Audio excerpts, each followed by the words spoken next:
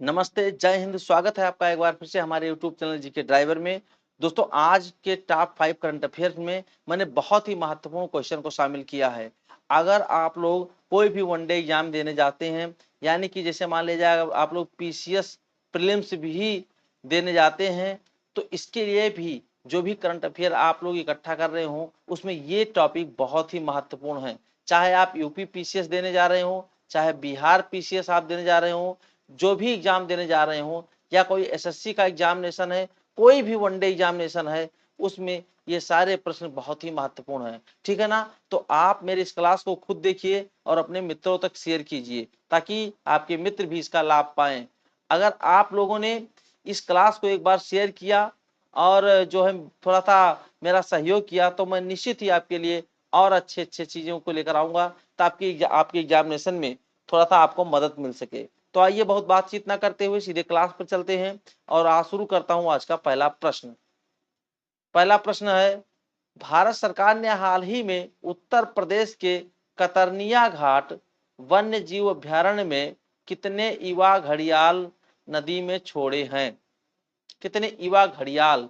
घड़ियाल के बारे में भी बहुत अच्छे से हम लोग बात करेंगे, कतरनिया घाट के बारे में भी हम लोग बात करेंगे। फिलहाल इस प्रश्न का जो उत्तर है वो है 7। 7 युवा घड़ियाल छोड़े गए हैं। कहाँ? जो है कतरनिया घाट वन्यजीव अभ्यारण्य में। आइए चलते आगे। उत्तर इसका जो है 7। 20 जून 2025 को केंद्रीय पर्यावरण मंत्री भूपेंद्र यादव ने बहराइच उत्तर प्रदेश के कतरनिया घाट वन्यजीव अभ्यारण्य में घड़ियाल संरक्षण योजना के तहत गिरवा नदी में 7 युवा घड़ियाल छोड़े हैं। इसमें सारे क्वेश्चन ही हैं, ध्यान रखिएगा।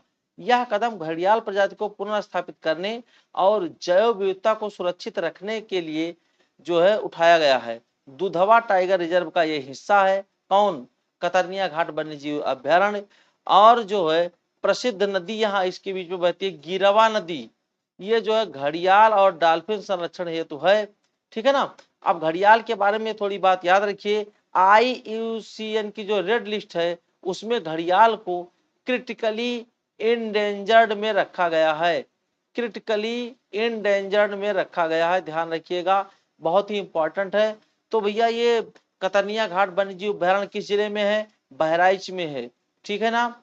और किस जो रिजर्व का हिस्सा है, टाइगर रिजर्व का हिस्सा है? तो दुधवा टाइगर रिजर्व का हिस्सा है। कौन सी नदी प्रवाहित होती है? गिरवा नदी प्रवाहित होती है। ठीक है ना? किसके लिए प्रसिद्ध है? तो घड़ियाल और डॉल्फिन संरक्षण हेतु प्रसिद्ध है। याद रखिएगा, ये बहुत इंपॉर्टेंट क्वेश्चन है। ठीक है ना? चलिए हम लोग आगे चलते हैं। प्रश्न नंबर 2, निम्नलिखित में से कौन सा देश साइप्रस की भौगोलिक सीमा से सीमा साझा नहीं करता? भौगोलिक सीमाओं से सीमा साझा नहीं करता है। तो ये तुर्की, ग्रीस, सीरिया और इराक। देखिए, इराक तो इसके आसपास भी नहीं है, तो ये गलत है। तो इसमें इराक को नहीं करता है ना, आप प्रश्न में है, तो इसमें सही होगा इराक। पहले इसको थोड़ा देख लेते हैं, तब आगे आते हैं। देखिए, इराक, देखिए इराक जो है सीमा साझा नहीं करता। लेकिन एक बात बताता हूं, यहां देखिए फिर से प्रश्न पर चलते हैं। प्रश्न को देखिए, यह आपका है भूमध्य सागर। कौन सा? मेडिटेरियन सी। और इसी के बीच में आपका यह है साइप्रस। तो साइप्रस किसी भी देश से भौगोलिक यानी कि जमीनी स्तर पर, जमीनी स्तर पर जल जो स्थल स्थल मार्ग से कोई भी सीमा साझा नहीं करता। स्थलीय सीमा कहीं भी नहीं है। देखिए, इसके यहाँ पर तुर्की है, सीरिया है, लेबनान है, इधर इजराइल है और इधर इजिप्ट है, मिस्र है। कोई भी देश जो है स्थल से सीमा साझा नहीं करता। अब देखिए जलिए, तो इसके जो है सीमाओं के चारों तरफ, एक तरफ तुर्की है, इधर सीरिया है, इधर लेबनान है, इधर इजराइल है। ठीक है ना? तो ये चीजें हैं, ध्यान रखिएगा। तो इसमें अगर जो है जमीनी सीमा की बात हो, यानी स्थलीय सीमा की बात हो, तो इसमें कोई भी आपसे सही नहीं होगा।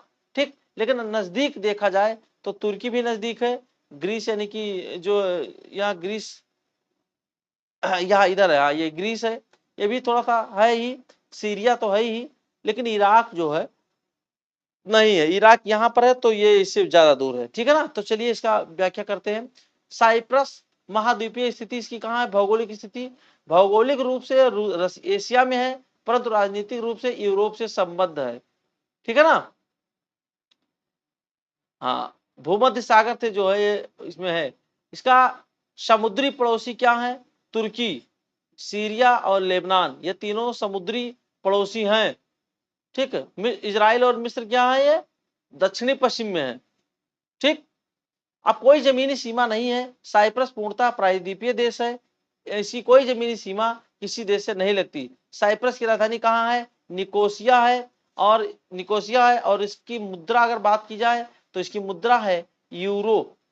ठीक है ना। तो ये सारे क्वेश्चन रहे, आप इसको तैयार कर लीजिएगा। अभी हमारे प्रधानमंत्री जी ने साइप्रस का विजिट किया है, तो क्वेश्चन यहाँ से बन सकता है। चलिए हम लोग आगे चलते हैं। अब देखिए, अभी हाल ही में जो है ईरान से जो हमारे देश के विद्यार्थी लोग वहां थे, स्टूडेंट्स थे, उनको निकालने का काम भारत सरकार लगातार कर रही है। तो उस ऑपरेशन को कहा गया है ऑपरेशन सिंधु। क्या? सिंधु। मैंने कल की क्लास में शायद इसको पढ़ाया भी है, ऑपरेशन सिंधु। तो चूंकि ये सिंधु एक नदी का नाम है, तो ऐसे ही कई नदियां इस समय जो है चर्चा में रही हैं, तो इसलिए मैंने सोचा कि एक क्यों ना ही एक मैचिंग क्वेश्चन बनाया जाए। ठीक ना। तो अब देखिए, इधर नदियां हैं, इधर उद्गम स्थल है, मिलाना है। तो सिंधु नदी के सामने है राक्षस ताल तिब्बत, चिनाब नदी मानसरोवर के पास सिनका ग्लेशियर तिब्बत, और सतलुज नदी चंद्र और भागा का संगम हिमाचल प्रदेश, नर्मदा नदी अमरकंटक मध्य प्रदेश। तो ये D4 तो सही है। और चिनाब चंद्र और भागा होना चाहिए हिमाचल प्रदेश, ये भी सही है। ठीक है ना। और ये मानसरोवर के पास सतलुज और सिनका ग्लेशियर हो सकता है। और ये तो देखिए D का 4 इस दोनों में है, तो इन दोनों को काट दीजिए। और C का 2, सी का या तो 1 है या तो 3 है, तो C का 1 होगा भैया, राक्षस ताल तिब्बत। तो ये सही है आपका, ये ऑप्शन। चलिए देखते कौन सा ऑप्शन सही है। तो सिंधु का मानसरोवर झील के पास सिनका ग्लेशियर तिब्बत। सिंधु नदी तिब्बत के कैलाश पर्वत के पास से निकलती है, जो भारत में लद्दाख क्षेत्र में प्रवेश करती है। तिब्बत नहीं, मतलब हाँ, ये कैलाश पर्वत से निकलती है, जो मानसरोवर की झील के पास जो है सिंधु नदी। ठीक है ना। और चिनाब नदी चंद्रभागा, दो नदियों के संगम से बना हिमाचल प्रदेश लाहौल व स्पीति घाटी जो होती है वहां से। ठीक है ना। चंद्रा और भागा नदियां मिलकर के चिनाब बनाती है, तो याद रखिएगा। राक्षस ताल तिब्बत, सतलुज नदी जो है राक्षस ताल से निकलती है और सिपकीला दर्रे से भारत में प्रवेश करती है, ये भी क्वेश्चन देखिएगा।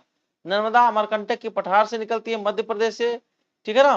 तो ये भी क्वेश्चन हो गया, मैचिंग कराने के लिए आता है। यहाँ से क्वेश्चन बनेंगे, निश्चित बनेंगे, क्योंकि इस समय जो है कई बातों से सिंधु नदी चर्चा में रही ही रही है। ठीक है ना। तो इसलिए प्रश्न बनना चाहिए। चलिए आगे चलते हैं। हाल ही में उत्तर प्रदेश सरकार द्वारा शुरू किए गए त्वरित मक्का विकास कार्यक्रम का मुख्य उद्देश्य क्या है? जैविक मक्का के निर्यात को बढ़ावा देना, प्रदेश में मक्का उत्पादन को 2027 तक 30% बढ़ाना, केवल काटो, पढ़ना ही नहीं है, किसानों को रबी फसल के लिए उर्वरक सक्रिय प्रयास काटो। ये सारे प्रश्न हैं। चलिए आगे चलते हैं। इसके उत्तर तो भी सही होगा इसमें। चलिए आगे देखते हैं। प्रदेश में मक्का उत्पादन को वर्ष 2027 तक 30% तक बढ़ाना। उत्तर प्रदेश सरकार त्वरित मक्का विकास कार्यक्रम के अंतर्गत वर्ष 2027 तक मक्का उत्पादन को जो है 30% बढ़ाने का लक्ष्य रखा है। ठीक है ना। उसको पढ़ लेना, वो फैक्ट जो है। किसानों को प्रति कुंटल 15,000 तक बीज अनुदान प्रदान किया जाएगा। प्रति कुंटल 15,000 तक बीज अनुदान। Popcorn, baby corn, sweet corn जैसी उच्च मूल्य वाली किस्मों को बढ़ावा दिया जाएगा। जायद फसल के अंतर्गत, ये किसके अंतर्गत आएगा आपका? जायद। ये मोस्ट इंपॉर्टेंट है। ये सब चीजें आपको दी जाएंगी। ठीक है ना भैया। तो ये क्वेश्चन इंपॉर्टेंट था, मैंने आपको बता दिया है। ये 15,000 पैसा, ये याद रखना, रुपया, ये भी पूछा जा सकता है फैक्ट के रूप में। चलो, कतरनिया घाट से फिर से प्रश्न आ गया। कतरनिया घाट वन्यजीव अभ्यारण्य किस चीज के लिए प्रमुख से जाना जाता है? अभी इसकी व्याख्या की गई है भैया, बताओ। तो गैंगेटिक डॉल्फिन और दलदली घड़ियाल के लिए, ये भी ऑप्शन सही है। ठीक ना। और अगला प्रश्न भी बनाया क्या हमने, हाँ एक प्रश्न और बनाया, प्रश्न 6। कतरनिया, आज कतरनिया घाट पे 3 प्रश्न हो गए, लेकिन महत्वपूर्ण है भैया, महत्वपूर्ण है। प्रश्न तो बनना निश्चित ही बनेगा यहाँ से, हमें तो लगता है भाई आप लोगों को पता नहीं। कतरनिया घाट वन्य जीव अभयारण्य कहाँ स्थित है? बहराइच, सोनभद्र, लखीमपुर जो है चंदौली, लखीमपुर खीरी या चंदौली, बताइए। तो इसमें तो होगा आपका बहराइच। क्या सही होगा?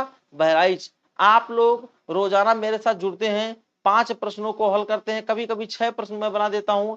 आप लोग जरूर कमेंट किया करिए कि आपने करंट अफेयर में जो पढ़ा इसमें से पहले कितना जानते थे, कितने प्रश्न आपके सही गए, हमें कमेंट जरूर करें। और हाँ, यदि मेरी क्लास आपको अच्छी लगती है भैया तो इसको शेयर करिए, शेयर करने के साथ साथ खुद देखिए, ताकि आपके एग्जामिनेशन को बहुत अच्छा जो है एक तरीके से पिकअप मिल सके। ठीक है ना? मिलता हूं नेक्स्ट वीडियो में, तब तक के लिए जय हिंद।